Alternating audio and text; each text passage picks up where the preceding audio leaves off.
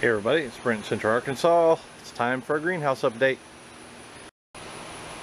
This is Fawn 1. We'll start over here. I have some struggling tomatoes. The one on the far right was my cherry tomato. It's trying to give up the ghost now.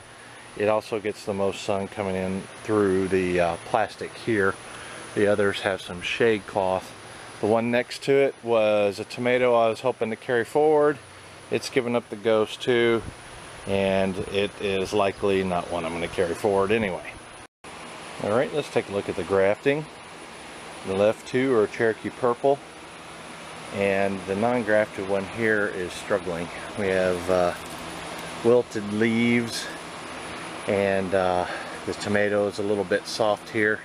I think this one's about done. It's giving up. The grafted one is doing better. The leaves are, well, let's just say alive and green and the fruit's still firm, and it's caught up to the one next to it. So that one still looks like it's doing okay. I don't know if that's attributed to the root stock or not, because I have others in the fawn here, like these two down here, that are giving up as well. Okay, for the brandywines here, I'll just pan up and let you see here. They're doing pretty darn good as far as vegetative growth, but they quit making. The pollen in the flowers quit making at this level here. These are the last ones. It's just been so hot in the greenhouse. They're just not making. This is my mutant succeed, and it's got the characteristics of its parent, and so I'm expecting to eventually get something that does not look like this to like it did last year, like a really big flower.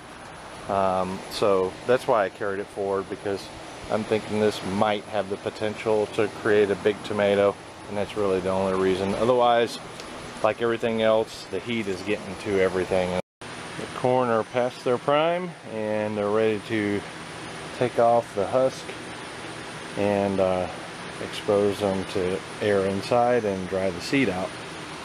So I'll collect all this corn and we'll take it inside. And there's the corn we got off the plants. This is all going to be seed corn. Got some Egyptian spinach, and it was getting tall and leggy, so I pinched off the tops, hoping to encourage it to spread in a more bush-like pattern. I'll probably do that. Let me go ahead and just pinch this top out right here, because it's already still getting too leggy, and we'll encourage some of this lower stuff to grow. I like the habit of the plant. It doesn't mind hydroponics at all. It seems to not mind hydroponics at all. This is Fawn 2, or the second platform, and it's mostly the next generation tomatoes. I got an Egyptian spinach in there, and I've got 3 butternuts, and I'm not really liking the way the butternuts are growing in the greenhouse. They're doing okay, but they're not like something I'd really like to see, like out in the no fuss garden. And you see plant 10 is in abundance here. We're even starting to get some flowers from it. So that's what's going on in Fawn 2, and in fact most of the other fawns are about the same. Fawn 3 here, you see some flowering. I've got yams. The yams love the containers, and they love the drip irrigation, and they're really doing good. The same with the 2 different types of grapes. They're just getting woolly and big. This purple yam is absolutely I don't want to call it a nightmare, but it's really, you know, starting to encroach on things. So I'm not sure what to expect, what's in the container, but I did put a couple of the vines in the soil here in this one next to it, and what I'm attempting to see is if I can root it without having to go to the trouble of saving the tubers, cutting the tubers, and starting them over. This way, like hopefully with sweet potatoes, you can have a perpetual grows going. The white yam starting to catch up. It's liking it as well. It took forever for that thing to finally break through the medium there, but it finally did, and she's going really good. This is Joe's bottle gourd, also known as calabash, Joe and Mig's channel. And I did manage to hand pollinate one, but I'm not getting any female fruit, and I let that one get oversized. It's starting to get hard, it's not spongy anymore, so we'll probably just save seed on that. But this is not an ideal specimen for in the greenhouse because it actually is a monster plant. It'll do better outside. And since that seed squash, I guess you call it seed squash now, is growing, no other little females are starting to pop up. I'm getting some males off the side shoes I'm letting grow, but no females. So this is Lacey. Lacey always performs well in the greenhouse. It's probably because it's spent its entire life in the greenhouse and selections were made in the greenhouse. So Lacey produces pretty well, and I'll probably be giving seed away this fall or late winter for Lacey for anybody that wants those. It's probably 5th or 6th generation now, and the fruits are pretty consistent, enough to give them away anyway. It's a really tasty fruit. It's a cross between a Campari, a store Campari I bought several years ago, and the Heg German Pink. And the guy who had the seed for Heg German Pink and is given credit for it, his name was Lacey Heg, so that's why it's called Lacey. This is a very prolific zucchini plant I'm developing, and you can see little babies on here despite having self-seed here. This is a next generation seed squash here, and that's why it has an S on it. And I really like the taste of this and the growth habit of this, and it's extremely productive. And I've found that it's a lot easier to cage than other types of squash. It vines and goes around, so it can survive a cage pretty well. These are my potato experiments from stem cuttings. We'll see how they go. I don't expect any potatoes to be in here, but the fact that I took stem cuttings and able to grow them is promising for my long-term experiment that I'm doing. Another Egyptian spinach here that I'm going to actually break off right here, and we're gonna see if it can make it more bushy. I don't want it to get leggy.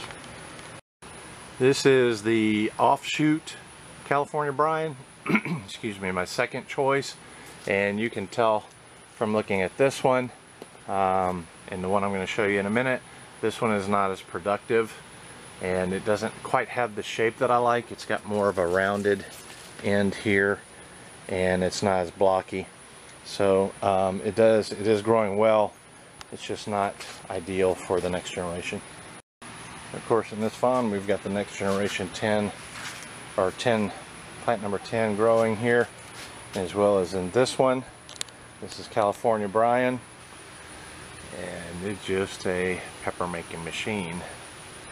A lot of fruit. I've taken a lot off too because I'm going to make some sweet pickled, spicy, slightly spicy peppers off of this. It's a big, beautiful plant, and I have seeds. Let me show you what's going on now. I've got some starts going on here, but these right here, those are the saved seeds for the next generation.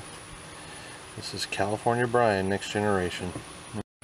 I've started some lettuce, and despite this overwhelming heat, this butter crunch and red oak leaf seem to be starting off okay.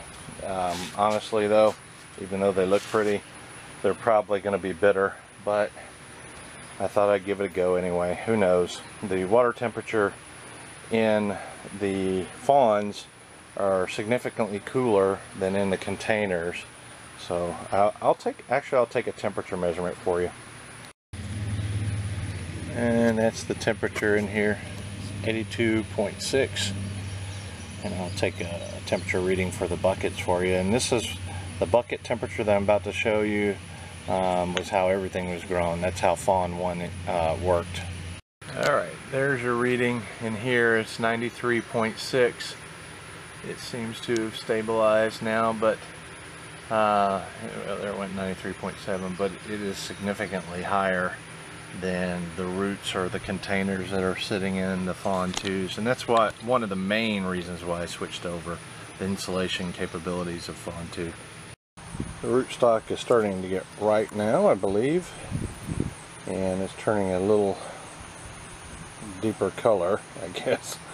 I'm going to take these inside and we'll see what they ripen to. And this is rootstock, what it looks like in the house. This is my cucumber plant, and I'm doing the wrapping, the cucumber wrapping. And I need to harvest that one. When they get bigger like this, they'll prevent the smaller ones from growing until they're taken. So I need to harvest that big one there. But it's doing really good. I enjoy wrapping more than stringing with cucumbers because these guys get really long. I think this one's been wrapped 2 or 3 times now. So that's about, each wrap is 3 feet. So it's between, I would say 10 and 12 foot long, the vine. Okay, with the carrots, if you've been watching me a while, you know I like to keep a pot of carrots going and just take them as I need them. And that's what I've been doing, but they're all stumpy carrots. And really, I'm not liking it at all, these grow. So I'm going to go back to Tender Sweet, I think, and I'm going to go ahead and remove this. They're really stumpy, and they're a lot of crevices are hard to clean out. Just not impressed with this variety for me. And for show carrots and stuff for the guys in the UK and all that, more power to you. They know how to grow them, but Tender Sweet do really good for me. So I'm going to go back to those. So this is what I'm talking about. This one's pretty good, but even that's on the smaller side. And now, these have been growing a really long time. Deformity, which is normal, but little stumpy things. I'll pick several, you know, like this one. They're good from this batch and take them inside, but you know, that's not useful to me. And I certainly want them bigger than that. And I got a lot more consistent results with Tender Sweet, so that's what I'm going back to. Alright everybody, that concludes this video. This is more or less another greenhouse update. And as you can probably see, a lot of the other vegetables are either too hard to grow because it's too hot, or I've migrated more to tomatoes, and that's what eventually this is going to be anyway. It's going to be more of my breeding work. In fact, most everything in here is my breeding work. I've got some yams going, but most of them are tomatoes, squash, and peppers and stuff like that, stuff I'm working on. So yeah, we're going to keep going. It's not going to be a production garden at this point because it's too hot and because I'm focusing on breeding, but we're still going to grow and we're still going to have fun because I love this breeding stuff. This is Brent, you guys. We'll see you later. Well, that wraps up this video. If you guys enjoyed the video, please comment, like, and subscribe. In order to subscribe, all you got to do is click the button here. We'll put a check mark next to it. If you want to get notification the next time I make a video, click on the bell here.